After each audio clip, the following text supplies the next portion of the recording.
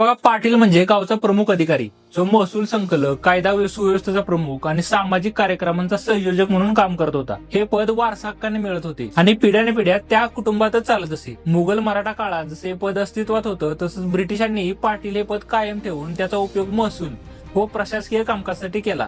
सगळ्यात महत्वाचं काम म्हणजे महसूल गोळा करणं. पाटील गावातल्या शेतकऱ्यांकडून जमिनीचा कर म्हणजेच महसूल जमा करायची, त्या पैशाचा नीट हिशोब ठेवायची आणि तो महसूल वरच्या सरकारी अधिकाऱ्यांकडे वेळेत जमा करायची.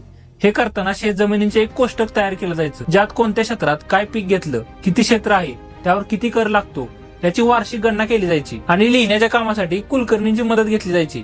पण कारभार सांभाळणं आणि सगळी जबाबदारी घेऊन अहवाल देणं हे पाटलांचंच काम असायचं. त्याचबरोबर पाटील गावात कायदा आणि सुव्यवस्था राखण्याची जबाबदारी पार पाडायची. एखादा वाद किंवा चोरी झाली तर लगेच हस्तक्षेप करून किरकोळ वाद पाटील गावातच सोडवायचे आणि मोठ्या घटनांची माहिती वरच्या अधिकाऱ्यांना देत असे. परगण्याशी, सरकारी अधिकाऱ्यांशी आणि बाजारपेठांशी संबंध ठेवणं हेही पाटलांचंच काम होतं. शेतीच्या जमिनी वाटपात, पाण्याच्या व्यवस्थापनात आणि विकास योजनेतही ते महत्वाचे निर्णय घ्यायचे. पाटील पद वारसा हक्काने मिळायचं आणि त्याचबरोबर मिळणारी वतन जमिनी पुढच्या पिढीकडे हस्तांतरित केली जायची. पण 1950च्या दरम्यान सरकारने वतन व्यवस्था रद्द केली.